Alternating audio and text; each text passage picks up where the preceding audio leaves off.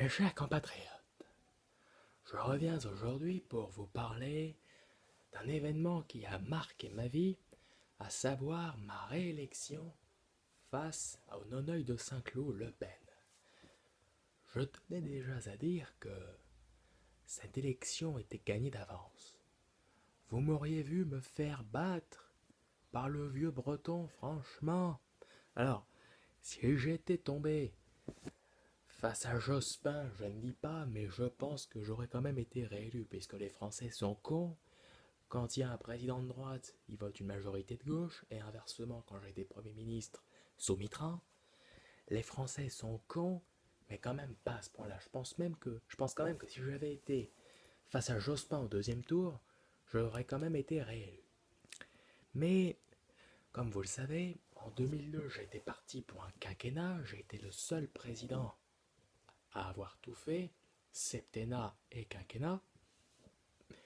Et si j'avais su, en 2000, j'aurais fermé ma gueule et j'aurais pas mis ce foutu référendum sur la table pour réduire le mandat présidentiel. Bon, l'avantage, c'est que avec les députés socialistes, quels qu'ils soient, Delanoë, Hollande, je sais que Delanoë était maire de Paris, mais enfin, c'est un socialiste, Delanoë, Hollande, la truie nordiste Aubry, on s'est pas pris la tête.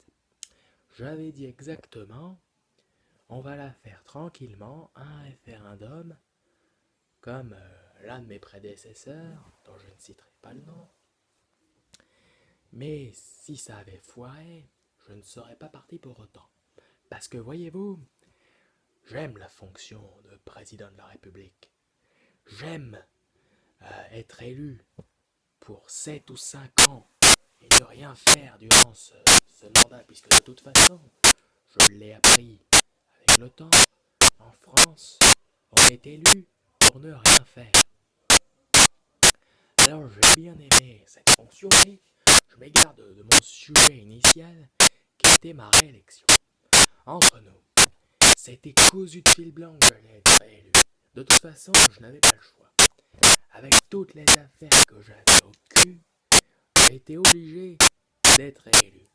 La réélection était obligatoire. Parce que sinon, j'avais les juges qui m'attendaient, et ça aurait fait un peu tâche de passer d'inactif de la République, inactif au président de la République, c'est la même chose. De toute façon, j'ai Alzheimer. Donc. Et d'ailleurs, en parlant d'Alzheimer, d'allemand, j'ai été le premier à reconnaître la responsabilité de l'État français dans la déportation des Juifs. Vous vous rendez compte, Mitterrand, qui a tenté 3 fois de s'évader, ne l'a jamais reconnu en 2 septennats. J'ai été le premier à le reconnaître. Mais ça aurait fait tâche de passer de président de la République à dollar. Remarquez, c'est un peu ce que j'ai fait, puisque le Nabo a pris ma place en 2007. 4 ans après, j'étais sous libéraux. C'est maman qui a gentiment payé ma caution pour me faire sortir. Mais c'est pas pour ça que je l'ai sauté juste après. Donc ma réélection de 2002, et encore, ça c'était le deuxième tour. Parce que j'avais dit qu'on célébrait la République. Vous auriez vu la gueule que j'ai tirée le 21 avril au soir, quand j'ai vu que j'allais me retrouver face à Le Pen. Mon Dieu, j'ai fait une tête pire que Deschamps en 93 après la défaite face à la Bulgarie. C'est vous dire.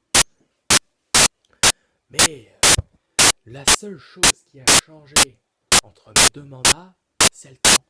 Parce que sinon, je me suis emmerdé. Quoique, en 2003, il y a eu la guerre d'Irak. On s'est bien marré. La guerre d'Irak, rajouter à ça les conneries de Raffarin, et pour terminer en beauté, même s'il me restait 2 ans à faire, parce qu'il fallait bien que je foire un référendum, le référendum de 2005 que mon gentil successeur a fait adopter à Lisbonne. C'est ce qu'aurait dû faire Cabrambert. Il aurait dû le forcer. Parce que vous imaginez franchement les Français hors de l'Europe. L'Europe, c'est un thème qui a été très cher à mon prédécesseur. Vous imaginez s'il avait été en Angleterre et qu'il avait vécu la défaite du référendum du mois de juin dernier. D'ailleurs, ça fait bientôt un mois. Bien Crois-moi que les roast beef ne sont plus dans notre continent. Et heureusement. Mais je me demande pourquoi De Gaulle a été le premier à le reconnaître et qu'après on n'ait rien fait pour les faire sortir. Qu'on a attendu le mandat de l'homme qui a un charisme peigné pour enfin les dégager de l'Union européenne. Je ne comprends pas. Mais donc, pour en finir, mon second mandat est quand même passé beaucoup plus vite. Un peu comme Mitterrand entre 88 et 95, parce que lui, il a eu le bicentenaire de la Révolution, la guerre du Golfe, l'échec de Cresson, et les affaires, parce que putain, en 94, pour lui, il y a tout qui s'est cassé la gueule. Absolument tout. Les aveux d'amitié avec René Bousquet et la poignée de Marie Pétain, la fille cachée, la maladie, enfin la deuxième opération, vous savez qu'il avait clamsé. Et moi aussi. Maintenant, je peux vous le dire, de toute façon, il y a prescription. J'avais fait, en 2005, un AVC. En septembre 2005. C'est pour ça qu'après, en plus de mon grand âge, je fus extrêmement fatigué. Mais donc, mon second mandat, mon premier et unique quinquennat, est passé beaucoup plus vite. Parce que donc, il y a eu la guerre, le référendum et les conneries de Raffarin. Et d'ailleurs, parce que tout à l'heure je parlais de Jospin et en même temps de Martine Aubry, j'aimerais faire une réflexion. Je ne sais pas si elle avait des problèmes personnels ou je ne sais quoi, mais durant toute ma carrière politique, et croyez-moi, des conseils des ministres, j'en ai fait, hein, avec le chauve auvergnat ou le bouffeur de melon, des conseils des ministres, j'en ai fait. Hein. Mais alors, des conseils des ministres avec une femme qui se siffle autant de bière pendant 2 heures, je n'ai jamais vu ça. Mais enfin bon, maintenant tout ça c'est terminé, je peux clamser tranquille et de toute façon, les Français se rappelleront forcément de moi et je laisserai une trace profonde et indélébile, un peu comme l'équipe de France avec Zaya, dans l'histoire de la France. Vive la République, vive la France!